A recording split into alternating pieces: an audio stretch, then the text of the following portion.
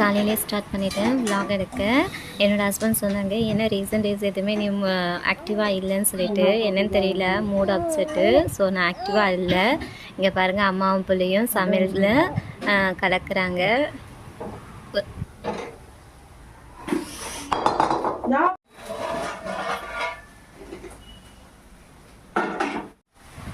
எங்கள் மாமியார் பூரி ஃபுல்லாக சுட்டு வச்சுட்டாங்க. கறி என் ஹஸ்பண்ட் பண்ணிகிட்டு இருக்காங்க. ஏன்னா எங்கள் மாமியார் செஞ்சால் கொஞ்சம் இதுவாக இருக்குன்னு அவரே இறங்கிட்டார் களத்தில். எங்கள் மூத்தாருக்கு தோசை, அவர் பூரி வேணாம் சொல்லிட்டாரு. மூத்தார் பையன் கூட ரிமோட் கார் வச்சு விளையாடிட்டு இருக்காரு. காலையிலே அம்மா பசங்க 2 பேருமே எங்கள் மூத்தார் கூட வந்து கிச்சனில் வேலை தான் பார்த்துட்டு இருந்தாங்க. நான் பாப்பா பார்த்துட்டு இருந்தேன். அதுக்கப்புறம் அவர் அங்கே பாப்பா கிட்டே போயிட்டார். நான் கிச்சனுக்கு வந்துட்டேன். ஸோ மாற்றி மாற்றி எல்லாருமே வேலை பார்த்துட்டு இருக்கோம். இந்த கேஸ் அடுப்பு பார்த்திங்கன்னா 25 வருஷத்துக்கு பழமையான அடுப்பு. அதான் இந்த கோலத்தில் இருக்குது. முடிஞ்சளவுக்கு மெயின்டைன் பண்ணிகிட்டு இருக்கோம். எங்கள் மாமியார் அவங்களுடைய இளமை பருவத்தில் வாங்கினாங்களாம். 25 வருஷம் 27 வருஷம் கிட்டத்தட்ட ஆயிடுச்சு. பாருங்கள் எப்படி இருக்குது இன்னமும்.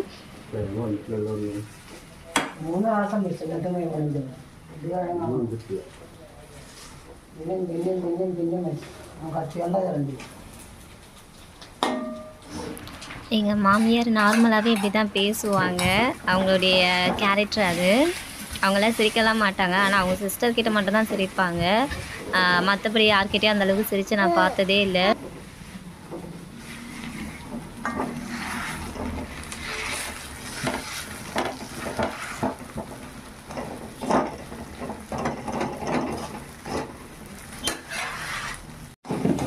மூத்தாருக்காக தோசை ஊற்றிட்டு இருக்காங்க.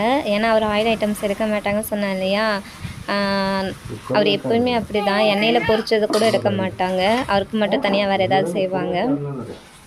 കുക്കറിൽ ഇതിൽ വെച്ചേ കുക്കറിൽ 2 പ്രാവശ്യം വെച്ചിട്ടാണ് അത് പറയെങ്കിലായി.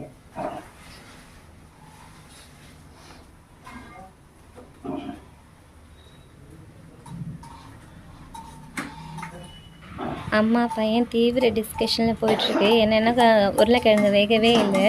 அவங்க 2 வாட்டி குக்கரில் வச்சேன் அப்படின்னு சொன்னாங்க. ஆனால் உருளைக்கிழங்கு சுத்தமாக வேகலை. என் ஹஸ்பண்ட் ரொம்ப நேரமாக போராடிட்டு இருக்காரு.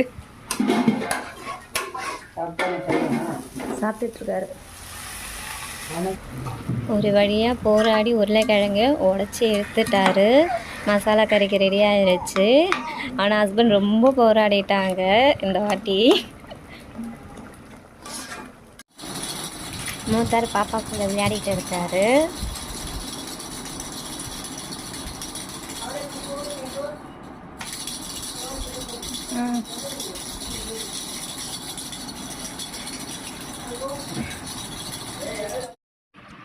ஒரு வழியாக லஞ்சும் முடிஞ்சிருச்சு எங்களுக்கு.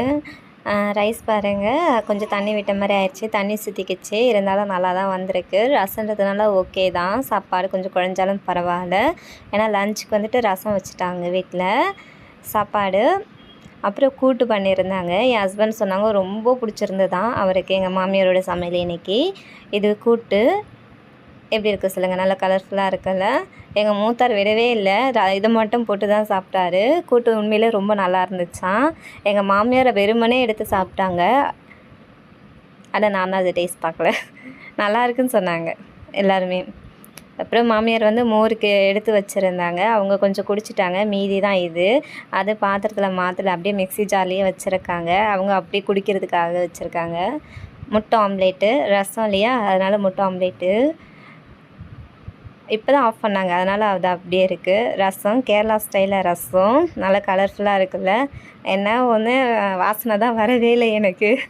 ஓப்பன் பண்ணி பார்க்கும்போது தான் தெரிஞ்சிச்சு ரசம்னு சொல்லிட்டு. ஓகே, நல்லா இருக்குல்ல கலர்ஃபுல்லாக. அதுக்கப்புறம் என்ன, பப்படம் தான் நம்ம வீட்டில் ஸ்பெஷலு. பப்படம் பாக்ஸ் பார்த்திங்களா, பொரிச்சிட்டாங்க. அப்பளம் ஃபுல்லாக பொரிச்சு வச்சுருக்காங்க. ஒன்று எடுத்து அப்படியே என் பையனுக்கு சைடில் கொடுத்துட்டேன் நான். அவரும் வந்து கேட்பாரா, அதனால் கொடுத்துட்டேன். லஞ்செலாம் முடிஞ்சிடுச்சு. லஞ்சு முடிஞ்சதுக்கப்புறம் ஒரு ஆஃப்டர்நூன் டைமில் போல் நான் இந்த வீடியோ எடுக்கிறேன். என்னெல்லாம் பண்ணியிருக்கேன் பாருங்கள்.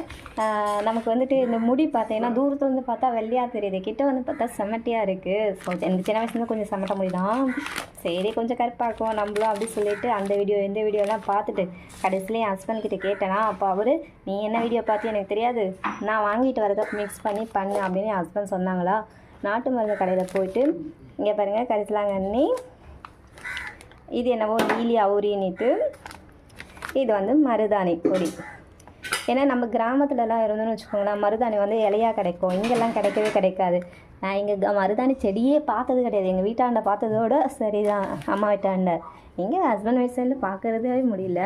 ஸோ இதெல்லாம் வாங்கிட்டு வந்து கொடுத்துருந்தாங்க. கொடுத்து 1 வாரம் ஆச்சு, நான் யூஸ் பண்ணவே இல்லை. ஹஸ்பண்ட் வந்துட்டு எப்போவாது யூஸ் பண்ணுமா காலையில் சொல்லிவிட்டு கிளம்புனாங்க. சரி நம்மளும் சும்மா தானே இருக்கோம், ட்ரை பண்ணுவோம்னு சொல்லிவிட்டு ட்ரை பண்ணேன். காக்கா கத்துது, யாரும் விருந்தாளி வர போகிறாங்கன்னு நினைக்கிறேன். யார் வந்தாலும் வாங்க, என்ன ஒன்று ரசம் தான் இருக்கும் வீட்டில், சாப்பிட்டு போங்க.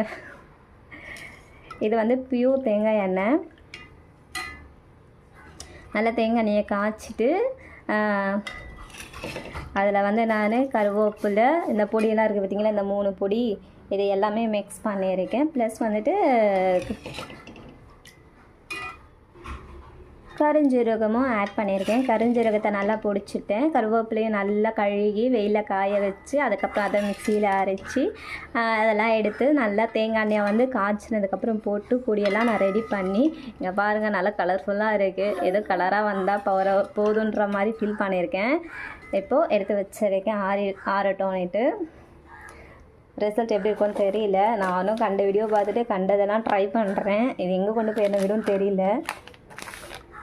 என்ன மாதிரி இந்த ஆர்வக்கோளர்லாம் யாரெல்லாம் இருக்கீங்கன்னு சொல்லுங்கள் பார்ப்போம். பட் இதில் சரியாக தப்பான்னு தெரியல. யாருக்காவது இதை பற்றி ஒப்பீனியன் இருந்துச்சுன்னா சொல்லுங்கள். இதில் எது ஆட் பண்ணலாம், எது ஆட் பண்ணக்கூடாது, செய்முறை எப்படி இருக்குது சொல்லுங்கள். ஏன்னா நானும் ஃபஸ்ட் டைம் ட்ரை பண்ணுறேன். இங்கே பாருங்கள், நேற்று காலையில் ஒரு சம்பவம் நடந்துச்சுன்னு சொன்னேன்ல, அது இதுதான். என்னோடய கட்டை விரல் கொப்பளம் வந்துருச்சு. அது என்னென்னா, நல்ல சூடு எண்ணெய் பாத்திரத்தில் இருந்துச்சு. எங்கள் மாமியாரும் சொல்லலை, நானும் கவனக்குறைவாக போய் எடுத்துட்டேன், கையில் தூக்கிட்டேன். அது கொப்பளம் போட்டுருச்சு. அப்புறம் என்ன ஆயில்மெண்ட்டு தான் அப்ளை பண்ணியிருக்கேன். இப்போ இது ஆறுனதும் ஒரு காட்டன் கிளாத் வச்சுட்டு நம்ம வடிகட்டிட்டு அதை இனிமேல் யூஸ் பண்ணணும். ஒரு பாட்டிலில் வந்து ஸ்டோர் பண்ணி யூஸ் பண்ணிக்க வேண்டியது தான். நான் யூஸ் பண்ணிவிட்டு ரிசல்ட் எப்படி இருக்குதுன்னு சொல்லிட்டு ஆஃப்டர் 1 வீக் இல்லைன்னா 10 டேஸ் கழிச்சிட்டு நான் சொல்லுறேன் ரிசல்ட் எப்படி இருக்குது சொல்லிவிட்டு. பட் அது வரைக்கும் நான் பண்ணனே யாரும் பண்ணாதீங்க, ஏன்னா நானே ஃபஸ்ட் டைம் தான் ட்ரை பண்ணுறேன். ஸோ என்னோடய முடியை வச்சு தான் நான் ட்ரையில் இருக்கேன். அதுக்கப்புறம் சொல்லுறேன்.